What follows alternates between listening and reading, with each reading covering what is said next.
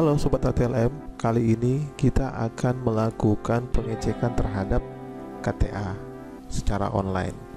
Nah, mungkin banyak yang belum tahu bahwa ATLM, khususnya Patelki, itu telah mengeluarkan KTA online yang bisa dicek di SIM card kita masing-masing.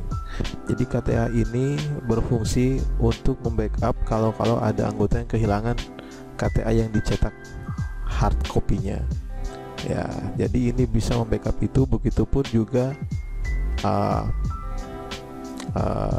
teman-teman ATLM yang kelupaan membawa KTA-nya bisa dicek di akun SIM card-nya.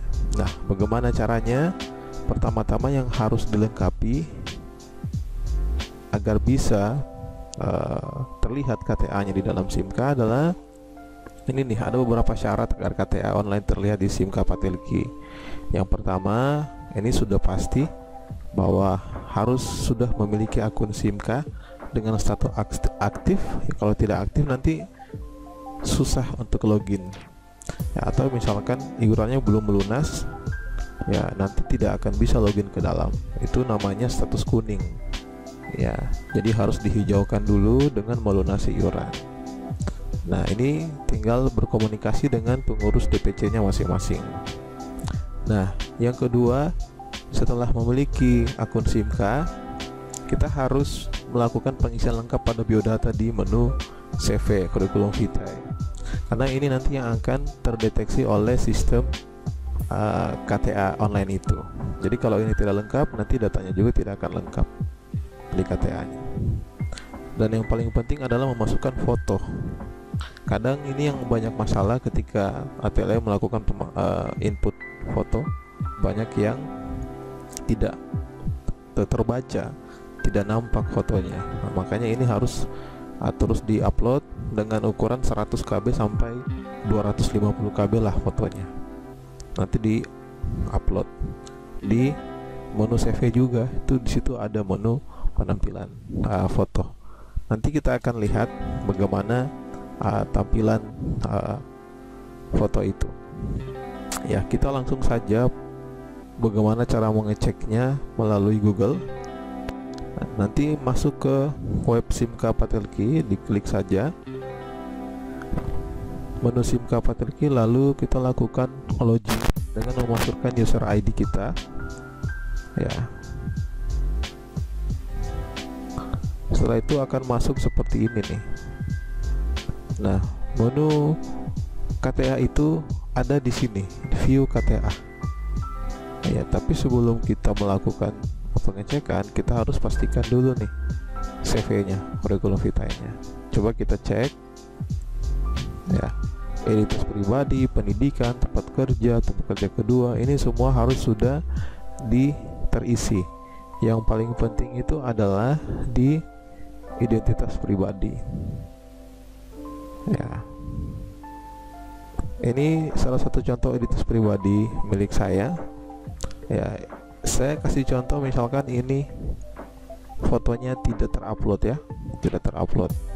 Jadi bagaimana sih kalau foto ini tidak terupload atau data lain tidak lengkap? Nah, satunya saya kasih contoh, ini foto tidak terupload. Coba kita lihat bagaimana tampilannya. Nanti akan connect dengan KTA-nya. Begitupun data yang lain ini harus terisi. Ya, coba kita lihat bagaimana dengan menu KTA-nya. Ya, kita masuk ke dashboard kembali. Kalau sudah itu, masuk ke dashboard. Ya, private area. Ya, lalu ke view KTA. Ya, ini teman-teman, tampilannya seperti ini. Ya, jadi coba dilihat foto saya itu tidak nampak. Begitupun nama yang ditulis ini ada garis. Karena ketika penulisan di CV itu ada garisnya, teman-teman. Jadi semua data yang kita masukkan harus sesuai dengan di CV itu, karena akan terbaca seperti ini. Ya. Jadi yang harus dibenahi ini adalah fotonya. Ya, coba kita tes memasukkan foto. Ya,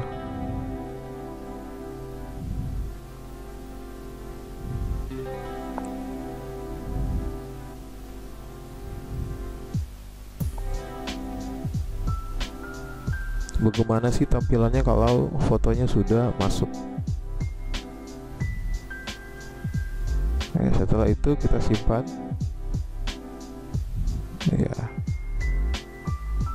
Iya, kalau sudah seperti ini datanya tersave ya. Data save. Setelah itu kita kembali ke dashboard dulu, kemudian kembali ke private. Ya, lalu kemudian kita cek view KTA. Ya, coba lihat teman-teman, otomatis fotonya akan terbaca. Ya, ini bisa kita unduh, kita simpan untuk kita lakukan backup. Ya, jadi kalau teman-teman kehilangan KTA fisiknya, hardnya itu bisa di backup di sini. Ya. Nah, coba dilihat teman-teman, tampilannya seperti ini.